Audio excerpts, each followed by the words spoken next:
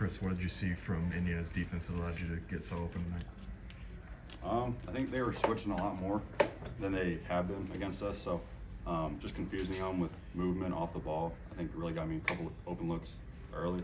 Just got me in a rhythm, and I mean the basket was looking really big tonight for me. So I needed that. I've been struggling the last few games.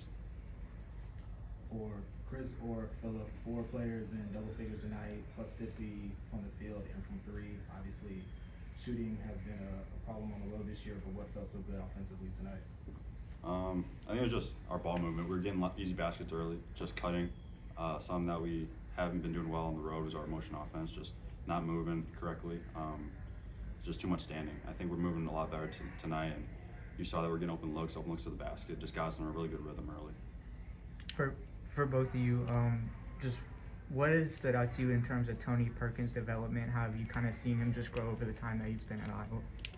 I mean, it's huge. I wasn't here as long as Kris was. I saw him in his second year, but he's a really confident player. And when he gets it going, it's really helpful for us as a team because he's another scoring threat. And not only that, but he had like 8 assists tonight and 10 rebounds, so he can do it all on the floor, not just offensively. So if he gets going offensively, he's a menace on defense, on the boards, and in the offense. Kind of following up on that for either of you guys, he's an Indianapolis kid. Did you guys have any conversations with him about coming back home playing here? He knows what it means to him. He probably had like 30, 35 family members here tonight, so he always plays well when we come to Indiana. He plays hard, and he always wants to put on a show for his family. He did that tonight. He's been doing that, I feel like, every time we played in the state of Indiana. He enjoys it, and I'm really, really happy for him. Kris, the 8-0 start for you guys, like 2 minutes in, do you feel like you had him on the ropes kind of early in this one? We did a little bit, yeah. We need that start just to get hot early because back at our place early in the year, they kind of punched us first. So we want to do that early in this game, and we just had to keep the pedal to the metal the whole entire game because we knew that they would try to fight back. They're really talented players, so you can't count them out of anything. And we've been through it ourselves where we've been down and made a comeback. So we just wanted to keep pushing, just keep doing what we're doing to keep scoring and stay in the lead. Kris, talk about the will of this team. Obviously, last week hit all the threes against Michigan State. So what's the will of this team to come through and win? Yeah, we just have a lot of guys who fight for each other, just play the right way, and it's in our hearts just to be able to fight in every single game. We've had a couple of comebacks this year where we looked dead and we came back and won the game. I think it just shows the fight of this team, the mental power that we have, and we're never out of anything. And then when we get a lead, we gotta sustain it, and I think we did that tonight as well. Kris, you came in the same recruiting class as Tony, right? Just what has stood out to you about him? How would you just describe him? Yeah, he's definitely an outgoing person. He's just a goofy kid off the court, and on the court he plays just how he is off the court. I mean, he has fun. You see him enjoy basketball every single day, and he's just a guy who I've seen mature over these years, and just develop his game into it like completely. You saw that tonight, scoring every single level, assists, rebounding out of his position. So he just became a really mature player over these years, and just proud of him, proud of how he's came along these last 3 years. Filip, you guys were plus 12 tonight. Rebounding kept him off the offensive glass. What was working so well in that category? I mean, I needed help. I know that Trace is an amazing player, an amazing athlete. My job is to box him out. And, I might not get every rebound, so I trusted my teammates. We saw our guards have long rebounds. Tony had 10. So, I trust my teammates to help me out when I have such a big task on the boards.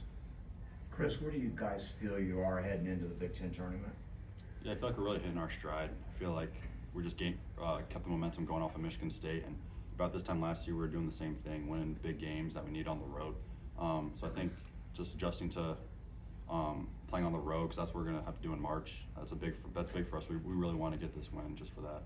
Kris, talk about the other guys, TJD, and you played with elite talent at Iowa, but talk about him, Trace, and what he brings to college basketball and here at IU. Yeah, you saw today he got the rebounding record.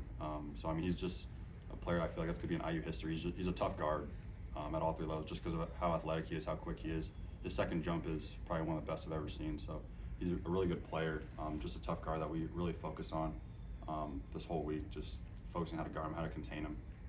Kris, what was the reaction around campus on Saturday night after you guys had a historic comeback against Michigan State? What was it like when you went out and had with your friends and everything? Yeah, it was just really funny just because I got a lot of texts and just seeing people, they left the game.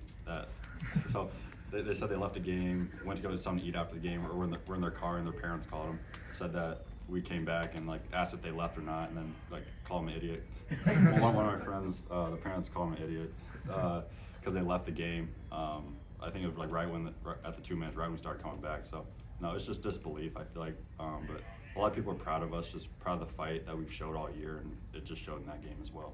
Just one or two more for these players. Obviously, each game kind of plays out differently, but you've taken 4 straight against Indiana now. Is there anything particular that's kind of helped you guys have the success against them? Yeah, I just think it's how we've been playing against them. We've obviously had a couple of comebacks against them earlier this year in the Big Ten tournament that Indiana was probably close to winning and could have closed out. But no, I think we've definitely adjusted to how they played. We played against these guys for the last couple of years, so we've kind of gotten adjusted to them, and we've kind of figured out how they play. They kind of figure out how we play, but no, we know how to play them now, and I feel like our offense showed that today against their defense is really good. I think our offense showed that a lot today. Chris, was there a moment, I guess, when you saw Tony do something on the court where that it kind of clicked for you that he had really turned the corner, where he did something that maybe he wasn't doing his freshman year? Is there any kind of moments like that, whether it be practice or a game, where that kind of stood out to you? Yeah, I just think today his off-the-ball movement was really good. He got a couple of back cuts early, and that kind of set the tone of how he was going to play. We knew that he was locked in, ready to go, and he was able to beat his defender off the dribble multiple times. And I think he was playing with a lot of confidence today. We had to give him the ball, and he kind of dictated the game after we got off to that early lead. Okay, thanks. Thanks, guys. Coach in here next.